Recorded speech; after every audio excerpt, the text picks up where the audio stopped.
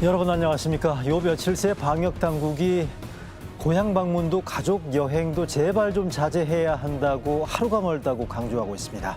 지난 5월, 8월 두 차례 연휴 때 확진자가 급증했던 거 기억하실 겁니다. 그때보다 훨씬 긴 닷새간의 이번 추석 연휴 기간 방심하면 절대 안 되는 이유를 방역 전문가들의 설명을 듣겠습니다.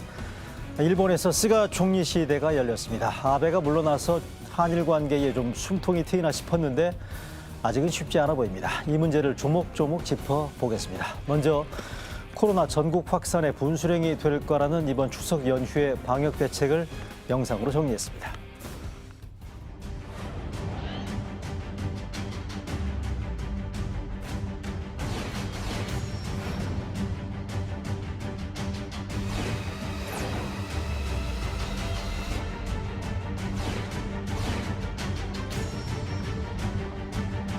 감염 경로가 확인되지 않은 사례가 20%대 정도를 평균 유지한다는 것은 추가적인 전파의 위험이 있다는 그런 의미가 있고,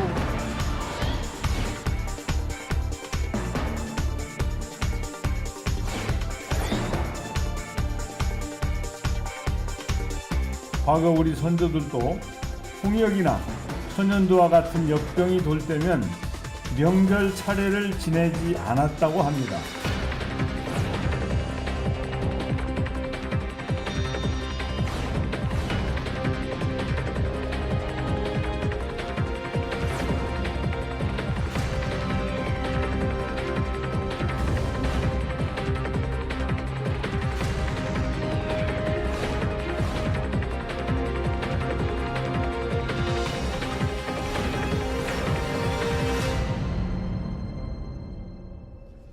네, 일요 진단 라이브 먼저 코로나 이슈부터 진단해 보겠습니다. 코로나 전문가 두 분 모셨습니다. 한림대 강남삼식병원 이재갑 교수, 고려대학교 안산병원 최원석 교수 두 분 모셨습니다. 안녕하십니까? 네, 안녕하세요. 안녕하세요. 네, 먼저 현재 지금 시점 상황부터 진단을 해보겠습니다. 오늘까지 연 37일째, 어제까지죠. 그러니까 세 자릿수 확진자가 이어지고 있고요. 관련 화면 좀 보여주시겠습니까? 코로나 신규 확진자 추이인데요. 어제가 110명이 나왔고요. 17일 연속으로 확진자 수가 지금 100명대를 유지하고 있다는 점 지금 확인하실 수 있습니다. 이재갑 교수님, 먼저 좀 요거는 막 들어온 얘기부터 좀 질문을 드려볼까 하는데 지금 혹시 확인됐나요? 어제 확진자 수? 아직까지 안 나왔습니다. 근데 어제 저녁 분위기로 봐서는 오늘 100명 밑으로 떨어질 수도 있다. 아니 그런 예측들이 있었습니다. 어제 이제 지역마다 이제 그걸 역학조사하시는 분들하고 몇 명하고 얘기를 나눴는데 네. 어제는 좀 그제보다는 좀 숫자가 줄어들었다 얘기가 있었거든요. 아, 그래요? 예. 그러면은 최원석 교수님 37일째라고 제가 세 자릿수 말씀드렸는데 38일째 두 자릿수로 떨어질 수도 있다는 얘기네요. 네, 오늘 네, 만약에 가능성이 발표가 있습니다. 되면. 어제 뭐 저녁 6시까지 집계됐던 상황을 보면 100명을 넘지 않을 가능성이 있다는 이야기가 이미 되고 있어서 가능성은 있습니다.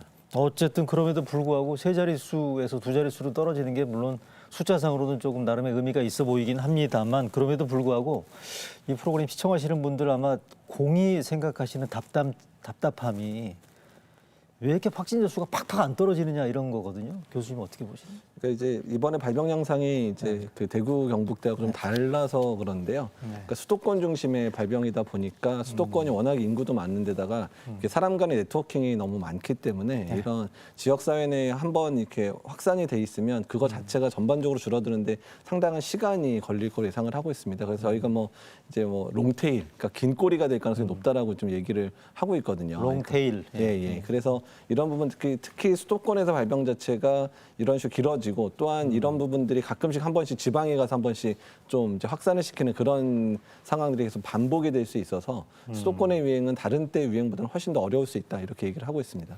그 말씀은 지난 3, 4월 달에 신천지 등의 사태가 벌어졌을 때 강력한 거리를 두기를 통해서 확진자 수를 급격히 줄일 수가 있었는데 그때와는 양상이 다르다는 얘기죠. 네, 그렇죠. 유행의 내용적인 측면도 좀 다른 면이 있었는데요. 네.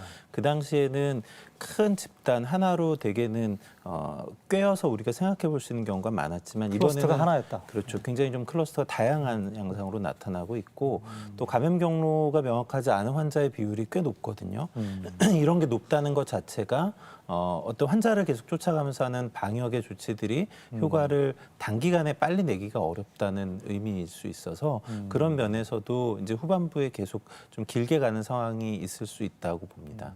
길게 갈 수 있다라고 말씀하셨는데 그러면 이재갑 교수님 보시기에는 이게 지금 한 자릿수까지는 아니더라도 네. 하여튼 의미 있는 숫자로의 감축, 감소까지는 어느 정도 시간이 걸릴 거라고 보세요? 그래서 저희가 사실 제일 기대했던 거는 추석 전에 이제 2자릿수 미만, 오히려 한 50명 미만까지 떨어져서 50명 밑으로. 네, 떨어져서 안정이 돼서 추석을 맞았으면 오히려 저희가 위기감이 덜하는데 아마 지금 상황이면 뭐 50명대 이상, 거의 100명대 수준에서 추석을 맞이하게 되면 추석 때 한 번 더 증폭이 돼가지고 또 숫자가 200~300명 단위로 올라갈 수 있는 그런 상황이 발생할 수도 있습니다. 그래서 조금 좀 안타까운 거는 어떻든 주간에 추석 있고 뭐 또 한글날 있고 이렇게 연휴가 좀 일주일 간격에서 겹치거든요. 그렇죠. 네. 이제 그런 상황들이 이제 환자 수가 확 줄어들 수 있는 기회를 좀 잃게 만드는 상황이 되지 않을까. 또 그렇게 되면 바로 이제 인플루엔자 시즌하고도 연결까지 될 수 있는 상황들이 그렇죠. 돼서 그런 부분들을 상당히 좀 우려하고 있습니다.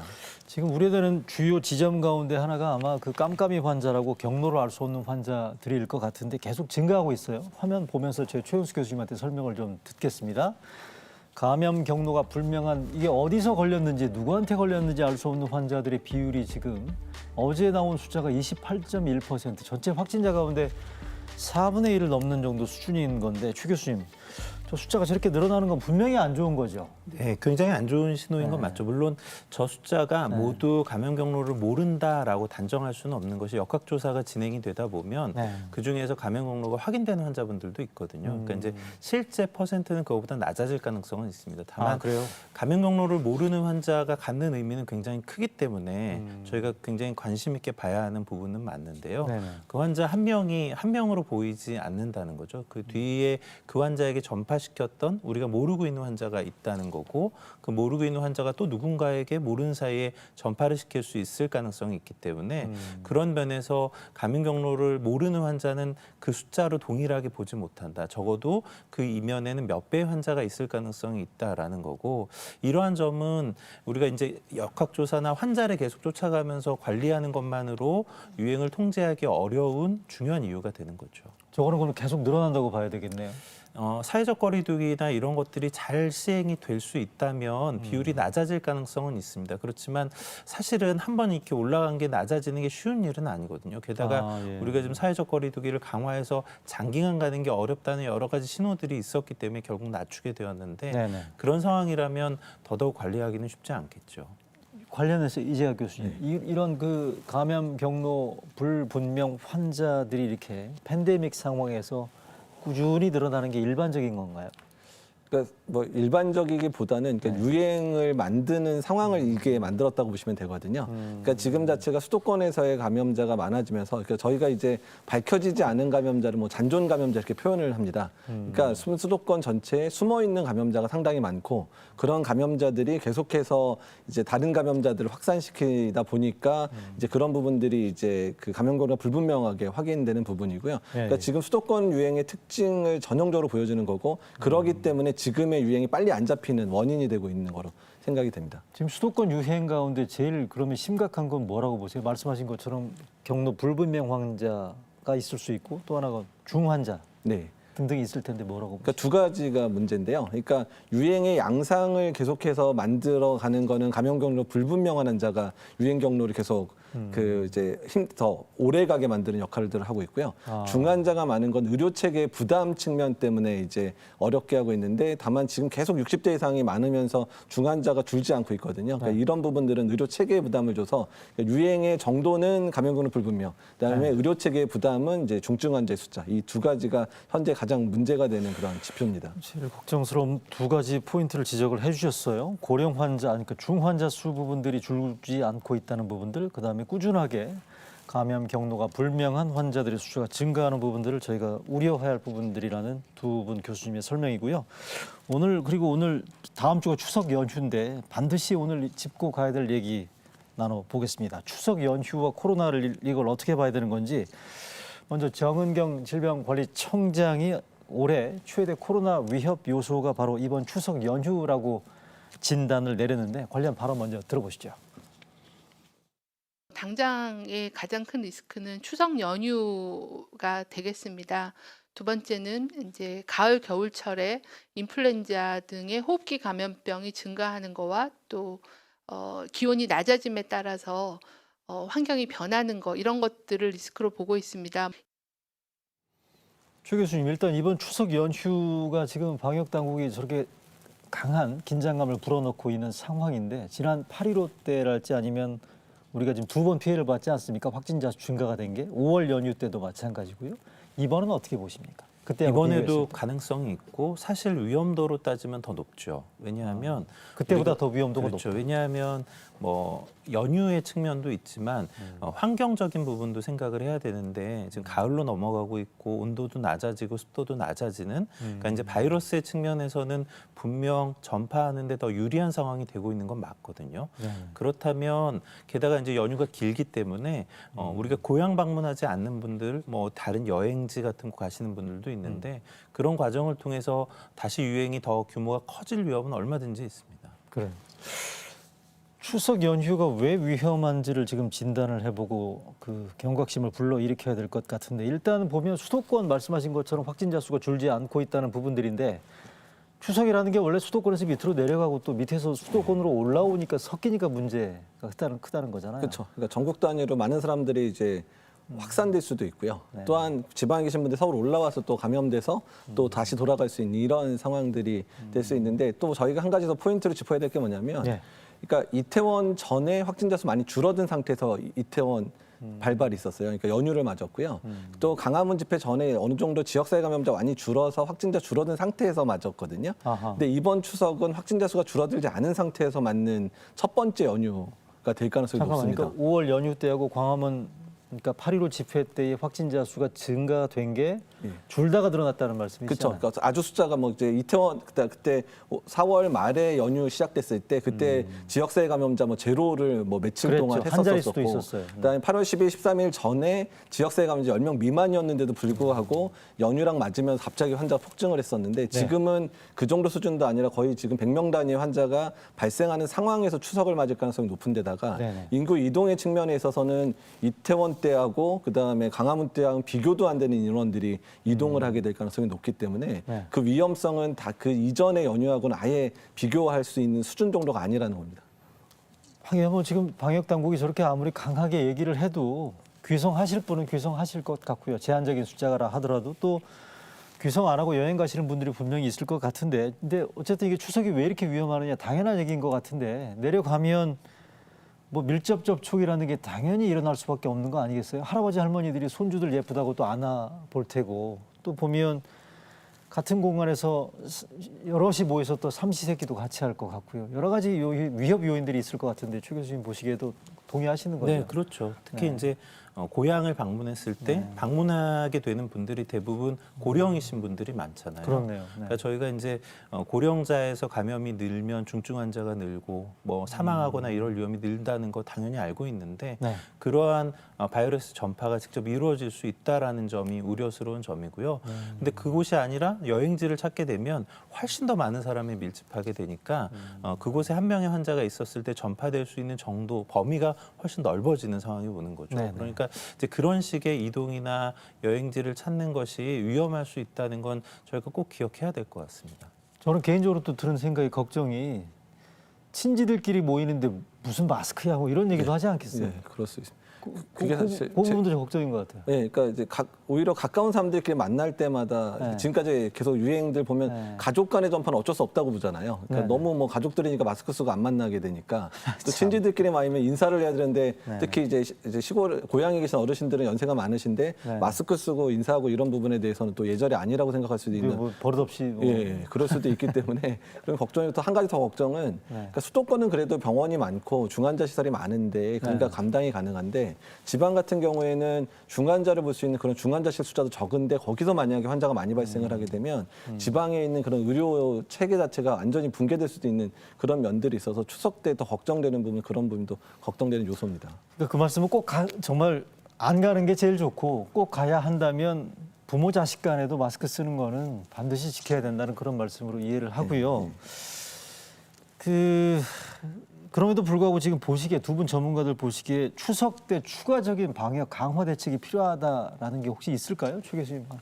네, 말씀해 필요한 주신다면. 것들이 있을 수 네. 있는데, 네. 근데 이제 이걸 어느 정도 강제성을 부여하면서 뭔가 할 수 있느냐가 문제이고요.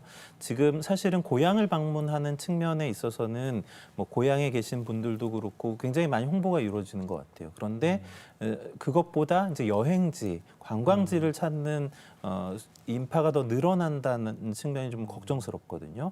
저는 만약에 우리가 어떤 방역의 수칙의 강화가 이루어진다면 그곳에 조금 더 포인트를 둬서 아하. 관리하는 것이 지금은 더 중요한 시기가 되고 있지 않나 싶습니다. 자, 최원수 교수님 말씀을 오늘 중대본에서 좀 참고했으면 좋겠는데 가족 친지들 간의 추석 귀성을 자제해달라는 부분들도 물론 중요하지만 여행지에서의 방역 대책을 추가적으로 강화할 필요가 있다. 네, 맞습니다.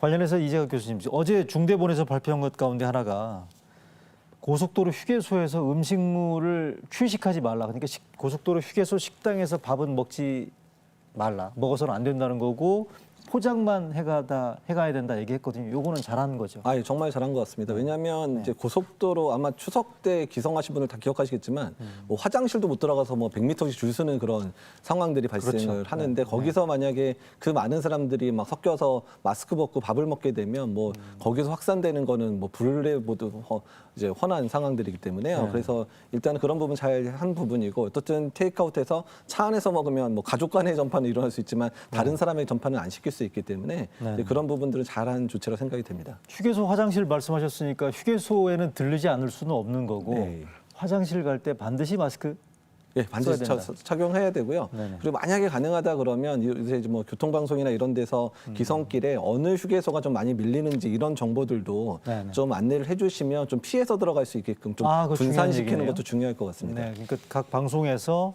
어느 휴게소가 많이 밀리는지 이런 경우에는 또 많이 밀린다면 화장실을 들를 때도 길게 줄을 서야 되니까 이 부분들이 방역의 위험 요인으로 작용할 수 있다. 그래서 이 부분들에 대한 충실한 안내가 필요하다는 걸 저희 KBS도 참고를 하겠습니다.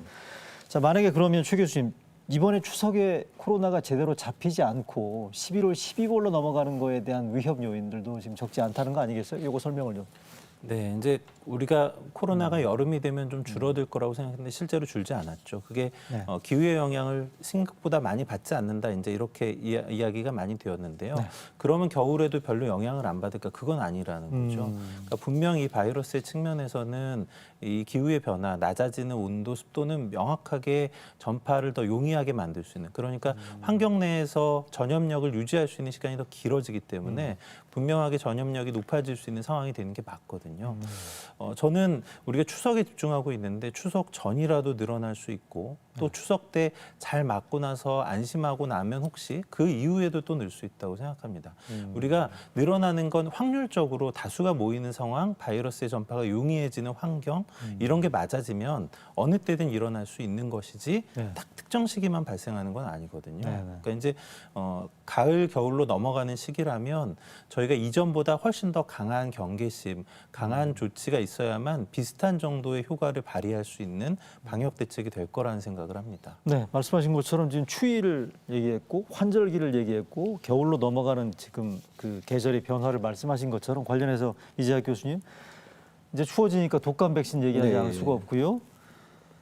독감 백신 관련해서 한 질문 포인트를 제가 한 두어 가지 정리를 해왔는데 일단 먼저 무료로 지금 접종 대상자인 만 65세 이상 만성 질환자, 임산부 이런 분들은 반드시 맞아야 된다는 거 다시 한번 설명을 좀. 예, 현재 무료 접종 대상자는 이제 그 62세 이상 하고요. 그다음에 네. 이제 생후 6개월부터 18세까지 현재 무료 접종 대상이 됐고요. 그게 1,900만 명. 1,900만 명입니다. 네, 네. 근데 다만 이제 지금 빠진 게 이제 18세에서 62세 사이에 만성 질환자들이 이제 그 잠깐, 어디서 어디 사이? 그러니까 19세에서부터 61세까지 네, 19세, 61세. 만성 질환자들은 연령과 무관하게 접종을 해야 되는데 이제 그거를 구분해 접종하기가 너무 힘들다 보니까 지금 그 대상이 빠졌어요. 그러니까 네, 그 네. 대상들은 이제 유료 접종 대상으로 남은 1,000만 개 정도를 접종을 하셔야 되는데 네네. 워낙 그 연령대 분들의 만성질환자들의 접종률이 30% 정도밖에 안 되거든요. 그러니까 예년에. 그러니까 이분들은 좀 강조해서 접종을 하도록 좀 본인 스스로 접종을 하셔야 되고요. 일단 그런 환자들을 진료하고 있는 의사 선생님들도 이번에 독감 예방 접종을 상당히 강조해서 접종을 해주셔야지 만성질환자들에 의한 그런 중증 발생들을 줄일 수 있을 거라 생각은 들고요. 네. 그리고 젊고 건강한 사람들 같은 경우 수량이 좀 부족한 측면들이 있어서 또 양보하라 그러면 또 접종률이 떨어지거든요. 그래서 아하. 어떻든 이제 접종 수량이나 남은 수량들을 잘 계산해서 어떤 3천만 개는 다 소진할 수 있도록 하는 건 상당히 중요할 수 있습니다. 지금 젊은 혹은 19세에서 61세 사이의 만성 질환자 부분들에 대한 위협 요인을 말씀해 주셨는데 최 교수님, 요건 어떻습니까? 독감 접종 관련해서 일반적인 궁금증 가운데 하나가 지금 충돌하는 지점이 걸려도 그러니까 접종을 안 해도 타미플루라는 아주 탁월한 치료제가 있기 때문에 괜찮다라는 얘기가 있고 반면에 그럼에도 불구하고 걸리면 타미플루가 있을지언정 코로나에 취약할 수밖에 없기 때문에 그래도 반드시 접종을 해야 된다는 얘기가 있거든요. 또 보면 당국에서는 전 국민이 다 맞을 필요가 없다.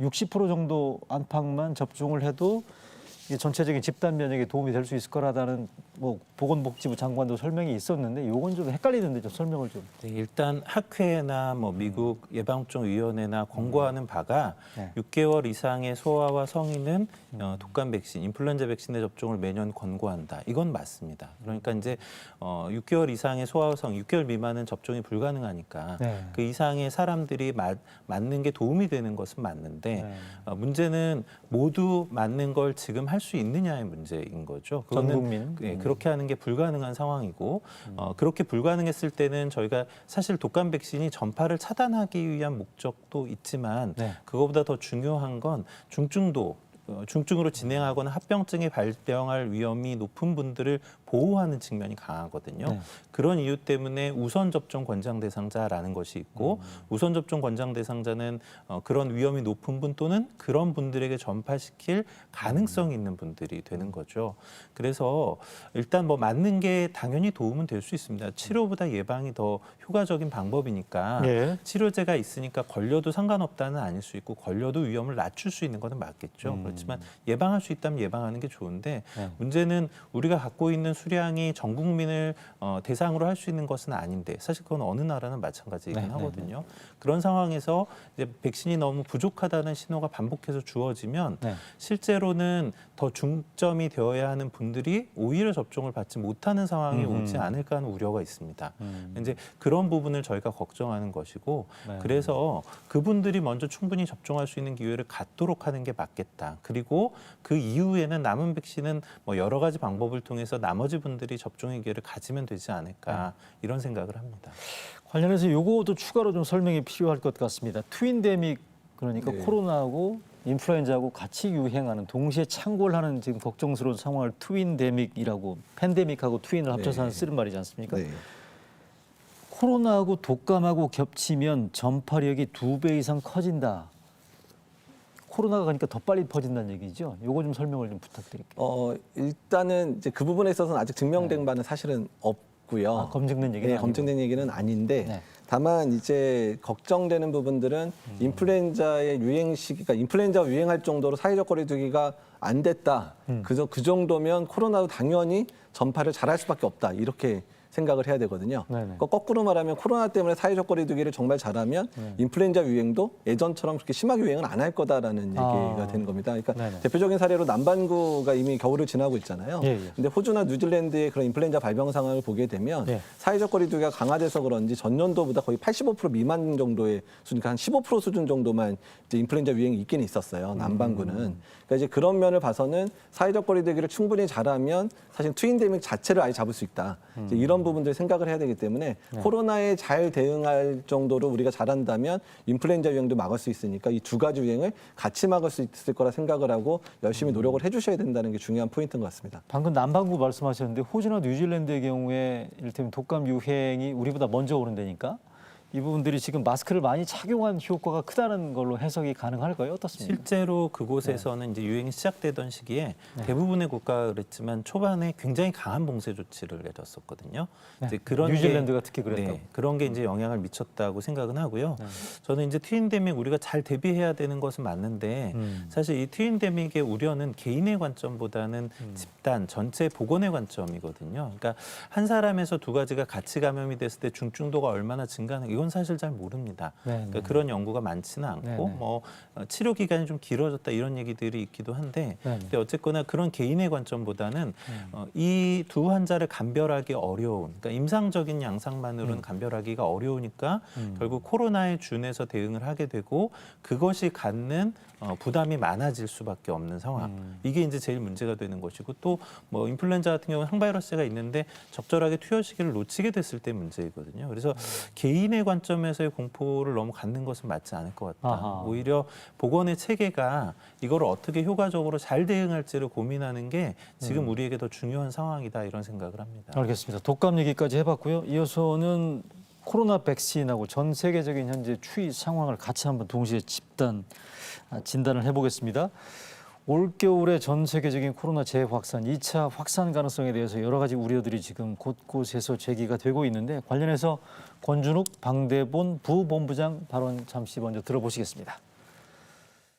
지금 유럽을 바라보면 지난 3월에 제1차 코로나19 유행의 정점을 지나서 더 큰 유행의 크기를 보이고 있는 상황입니다. 당장 세계보건기구도 지금의 유럽 상황이 지난 3월보다 더 위험하다고 얘기하고 있습니다. 유재학 교수님, 저거는 어떻게 됩니까? 날씨 탓인가요? 왜 지금 미국이나 유럽에서 확진자 수 증가세가 다시 심상치 않게 나타나고 있는 건지? 뭐 이제 기후의 의미도 있긴 하지만 더 중요한 거는 이제 여러 국가들이 1차 유행을 겪으면서 뭐 락다운이라든지 하면 사회적 거리두기를 강화하면서 경제적인 손실들이 많았잖아요. 이제 그런 부분들 때문에 경제적 위기를 타개하기 위해서 경제 활동을 많이 재개를 하고 있고 내수 진작책들을 펼쳤고 게다가 여름 휴가까지 겹치면서 사람 간의 접촉 또 전국적으로 이렇게 확산되는 패턴들을 보이면서 2차 유행들이 생기고 있는데 더 문제는 1차 유행 때는 처음 겪는 거고 힘들다 보니까 락다운이라는 그런 아주 강력한 정책을 필 수 있었는데 유럽에서 특히 예, 그렇죠. 근데 이제 경제가 너무 어려운 상황이니까 현재 확진자가 늘어나더라도 그런 1차 유행 때만큼의 강력한 방역을 지금 막 못하고 있는 상황이거든요. 네. 그러니까 어느 측면에서는 조금 환자 늘어나는 거를 어쩔 수 없이 그냥 안타깝게 바라볼 수밖에 없는 상황들이 되고 있어서 그래서 통제가 더 안 될 가능성이 높고 더 많은 환자가 발생할 가능성이 높은 상황이라 이 부분은 상당히 좀 우려가 되는 부분입니다. 결국 풀어줘가지고 늘어났다는 얘기네요. 예, 그러니까 그런 부분들이고 게다가 휴가철이 겹치면서 이제 더 확산되는 그런 부분들이 만들어진 거죠. 휴가철까지 날씨 요인은 없습니까? 그러니까 날씨 요인도 있을 수 있습니다. 근데 다만 지금이 사실은 더운 게 이제 끝나는 시기이기 때문에 근데 유럽의 유행들이 대부분 7월 달부터 시작이 됐거든요. 7월, 8월인데 그게 통제를 못하니까 지금 9월 달까지 이어지는 상황이라 더 문제는 지금 상황이 더 가게 되면 이제 날씨와 겹치면서 더 악화될 가능성이 높은 문제를 현재 가지고 있는 게 더 큰 문제입니다. 근데 이게 미국, 유럽 상황을 우리가 남의 나라 문제로 그렇게 편하게 얘기할 수가 없는 게 우리도 분명히 영향권에서 자유로울 수가 없지 않나요? 이 부분들은? 네, 그렇죠. 우리도 여러 번 경험했지만 조이면 줄고 풀면 는다. 이게 코로나19에서는 네. 우리나라뿐만 아니라 어느 나라에서든 동일하게 겪는 문제이거든요. 네. 우리도 사실은 이제 사회적 거리두기 2.5단계라는 걸 선택해서 유지했지만 그 기간 동안에 여러 가지 어려움, 우리 사회가 더 이상 감내하기 어려운 이유들이 확인이 됐기 때문에 불가피하게 조치가 완화될 수밖에 없었고 네. 그런 이유 때문에 이런 조치들을 강화해 나가는 게 굉장히 어려운 상황이 점점 되고 있거든요. 그래서 우리도 외국에서 보였던 상황이 결코 남 이야기가 아니라 우리도 충분히 경험할 수 있는 상황이다라는 걸 꼭 생각해야 할 것 같습니다. 게다가 추후에 우리가 미국과 유럽 결국에 국경을 열어야 되는 상황이잖아요. 네, 여행객도 받아야 되고 그죠? 네. 그래서 이 부분들은 편안하게 지금 우리가 뭐 남의 나라 진단할 수 있는 상황은 아닌 것 같다는 생각이 들어요. 걱정스럽습니다. 네, 그렇습니다. 백신 얘기해 보겠습니다. 궁금한 게 아마 시청자분들 저 개인적으로도 참 많습니다. 어제 중대본 브리핑에서 개인적으로 궁금한 얘기 한 두어 가지가 나와서 질문 드려볼게요. 이재각 교수님한테. 백신 2번 맞아야 된다고 어제 권준욱 본부장이 설명을 하더라고요. 그러니까 한 번 맞으면 항체가 형성이 안 된다는 얘기죠. 예, 그러니까 한 번 맞는 수준 정도로는 항체가 충분히 생기지 않기 때문에 이제 2번을 맞는 게 좋겠다 그러는데 그러니까 지금 개발되고 있는 백신들 중에서 한 번 맞는 백신이 하나나 2개밖에 없고요. 대부분 다 2번 맞는 백신으로 그래요? 예, 개발이 좀 다 되고 있습니다. 그래서 첫 번째 백신, 첫 번째 샷은 일단은 이제 그 바이러스에 대한 거를 기억하게 하는 효과고요. 네. 두 번째 접종을 통해 상체를 확 늘려서 좀 더 그 효과 기간을 늘리려고 하는 측면인데 이게 한 번 맞느냐 2번 맞느냐의 차이는 뭐 다 아시겠지만 이 한 번 맞을 때 드는 비용하고 2번 맞을 때 비용적인 측면도 있고 또 사람이 저 백신 접종에서 많이 이동을 해서 이제 접종을 해야 되는 상황들이 발생하기 때문에 코로나 유행에도 영향을 미칠 수 있는 측면들도 있기 때문에 잠깐만요. 그러니까 접종 받으러 가서 받는 데 따른 위험성이 예, 있다는 위험성도 또 말씀이에요? 있을 수 있는 상황이 사람이 또 많이 집단 접종을 해야 되니까 많은 사람이 또 접종을 하기 아하. 위해 이동을 해야 되는 상황이 발생하기 때문에 한 번과 2번의 차이는 상당히 클 수 있는데 뭐 안타깝게도 현재로서는 2번 접종하는 백신들이 거의 대부분 2번으로 허가가 될 가능성이 높습니다. 자, 그러면 2번 맞아야 안 걸린다는 건데 그럼 2번 맞는 데까지 시간 더 걸릴 거 아니에요? 그렇죠. 2회 접종이 또 사이 간격이 필요하거든요. 네. 어제 보니까 아주- 한 달이라고 하던데. 네, 아주 짧은 게 2주의 간격으로 연구하고 있는 것도 어. 있지만 되게 이제 인플루엔자 백신도 9세 미만에 그 전에 백신 접종력이 없거나 걸리지 않았던 아이들은 한 달 간격으로 2번 접종을 하는 게 동일한 이유 때문에 그렇거든요. 아, 원래 그렇습니까? 네. 그래서 얘도 아마도 이 코로나19 백신도 비슷한 형태의 접종이 이루어질 가능성이 높은 거죠.